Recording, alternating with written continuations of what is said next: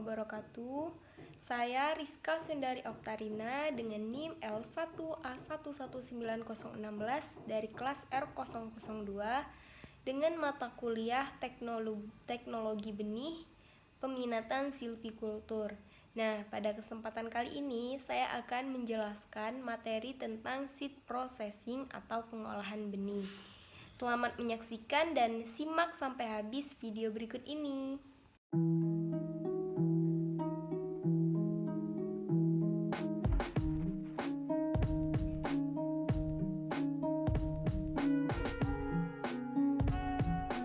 Not very good with people. If you don't start a conversation, you won't have one.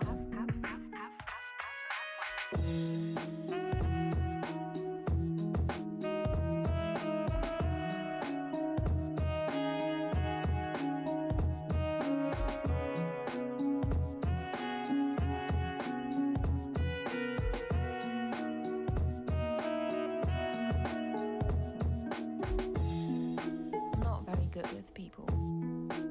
If you don't start a conversation, Baiklah, langsung saja kita masuk ke materi, yaitu pengolahan benih atau seed processing. Adapun tujuannya mempertahankan mutu benih yang dicapai pada saat panen. Yang kedua, menekan laju deteriorasi atau kemunduran atau penurunan mutu benih selama proses pengolahan benih berlangsung. Nah, dalam kegiatan pengolahan benih itu, kegiatan yang pertama yaitu pemanenan, yang kedua pengeringan, yang ketiga pembersihan dan pemilahan, yang keempat perlakuan atau perawatan benih, yang kelima pengemasan, yang keenam penyimpanan, dan yang ketujuh pengujian. Langsung saja kita masuk ke yang pertama yaitu pemanenan. Panen biji sama dengan panen buah. Waktu panen berdasarkan kemasakan buah. Ada dua kemasakan buah yaitu masak secara morfologis dan masak secara fisiologis. Masak secara morfologis adalah keadaan saat benih mencapai kesempurnaan struktur embrio, kulit benih, dan kotiledon atau endosperm. Yang kedua, masak secara fisiologis.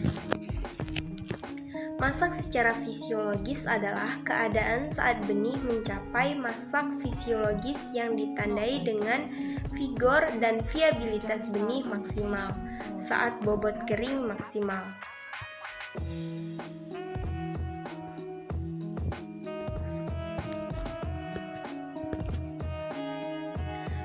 Pada kegiatan pemanenan, buah klimakterik atau buah yang mengalami lonjakan respirasi dan produksi etilen setelah dipanen perlu pemeran untuk masak. Yang kedua, buah non-klimakterik, yaitu buah yang tidak mengalami lonjakan respirasi maupun etilen sehingga harus dipanen pada saat matang utuh. Dalam pemanenan ada beberapa teknik, yaitu yang pertama, tanaman dipotong dan atau dibiarkan kering di lahan. Memungkinkan tanaman mengalami pemasakan lebih lanjut sebelum perontakan. Keuntungannya, untuk tanaman yang berbunga dan membentuk benih dengan periode yang lama, selanjutnya kerugiannya yaitu resiko benih rontok dan berkecambah di lapangan tinggi. Yang kedua, benih dipanen dan segera dipisahkan dan dikeluarkan dari lahan. Waktu lebih cepat dan tenaga kerja pemanenan lebih sedikit. Selanjutnya kita masuk ke ekstraksi biji atau buah.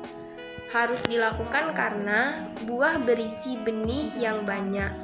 Bagian-bagian buah mengandung inhibitor yang dapat menghambat perkecambahan atau komarin pada tomat. Yang kedua, metode ekstraksi ditentukan oleh tipe buah, yaitu tipe buah kering atau dry fruit. Yang kedua, tipe buah basah atau fleshy fruit. Not very good with people. Yang pertama, buah If you basah, don't start a conversation, you won't have one. buah yang mengandung juice atau pulp dapat mengalami proses fermentasi segera setelah panen. Contoh biji kakao. Dan di sini pada tanaman kebun pandan juga contohnya pada biji jati yang dilakukan dengan penghilangan daging buah atau depulping untuk mencegah penurunan viabilitas benih dan investasi mikroorganisme. You won't have one nation. If you don't start a Yang selanjutnya yaitu buah kering. Buah akan membuka dengan sendirinya apabila dikeringkan, terutama jika buah tersebut dipetik saat masak yang tepat. Dilakukan dengan perontokan atau threshing secara manual atau dengan mesin khusus. Tujuan dari pengeringan yaitu mengurangi kadar air benih sehingga aman untuk diproses lebih lanjut, terhindar dari kerusakan, tidak berkecambah dalam penyimpanan. Kadar air benih mempengaruhi viabilitas benih. Kadar air benih tinggi, laju respirasi tinggi sehingga cadangan makanan dan energi cepat habis. Peka terhadap kerusakan oleh suhu tinggi, peka terhadap serangan hama dan penyakit. Kadar air benih rendah, beberapa benih tidak dapat berkecambah atau mati.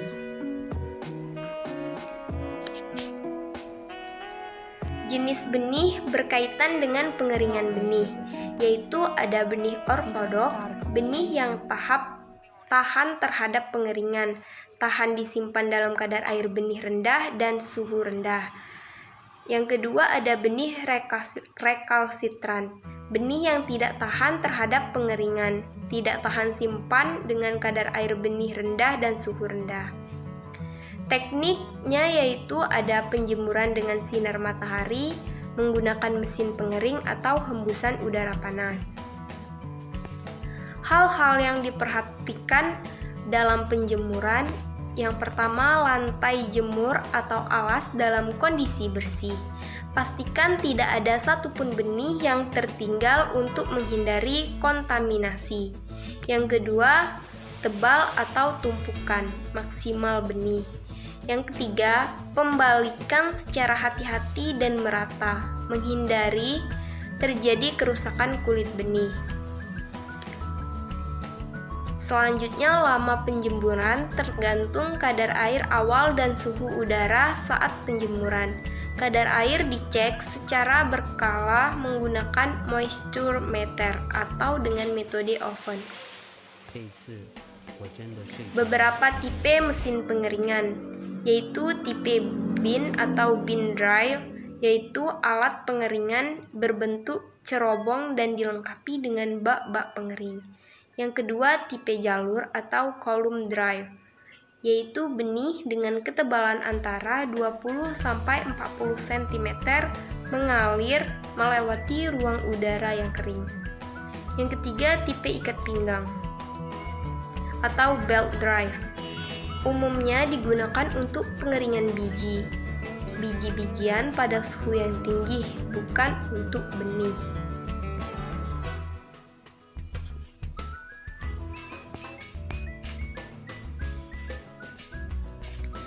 Tahapan yang selanjutnya yaitu pembersihan dan pemilahan. Pembersihan memisahkan calon benih dari kotoran, tanah, daun, dan batang, serta benih hampa. Pemilahan mendapatkan keseragaman benih dari sisi ukuran, bentuk, maupun berat jenisnya. Performansi perkecambahan dipengaruhi oleh ukuran benih, yaitu pemilahan benih berdasarkan ukuran benih perlu dilakukan untuk menghasilkan bibit yang muncul dan tumbuh seragam. Ukuran benih yang sama memudahkan dalam pemanenan menggunakan alat mekanis. Pembersihan dapat dilakukan secara manual, dengan cara ditampi atau dengan menggunakan peralatan seperti air screen lancer, air screen cleaner. Beberapa alat pemilahan benih yang banyak digunakan adalah indent cleaner atau memisah berdasarkan panjang benih, gravity table separator atau memilah benih berdasarkan berat jenisnya, precision grinder atau memilah benih berdasarkan lebar benih.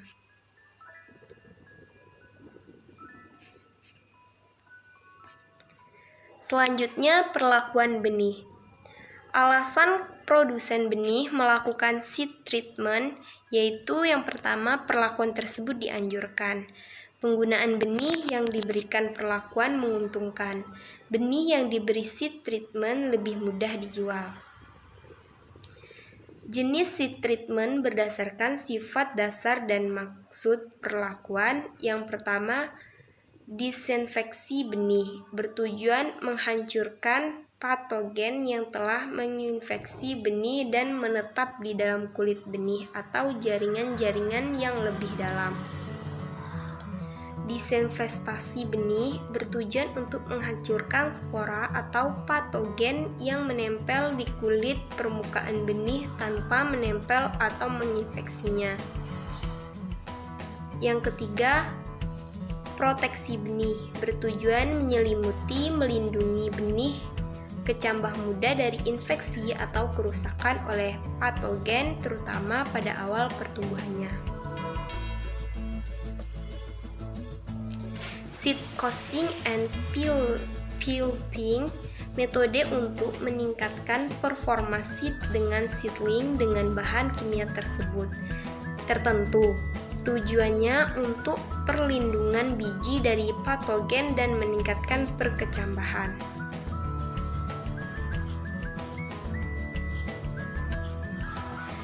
Yang kelima yaitu pengemasan benih.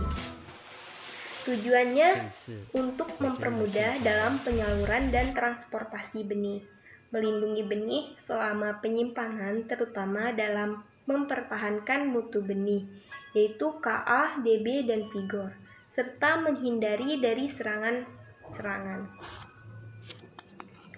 Jenis kemasan, kemasan yang kedap uap air atau aluminium foil kaleng, kemasan yang resisten terhadap kelembapan atau kantong plastik, kemasan yang poros atau sarang penuh yaitu kain, karung goni, karung plastik.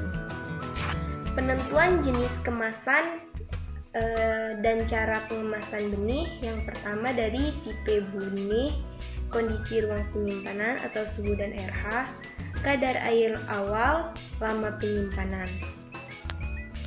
Hal-hal yang perlu diperhatikan dalam pengolahan benih yaitu lakukan pemeriksaan peralatan untuk pengolahan seperti lantai jemur, mesin pengering, mesin pembersih, dan pemilah sebelum pengolahan benih dimulai. Hindari benih tercampur dengan varietas lain selama prosesing benih berlangsung.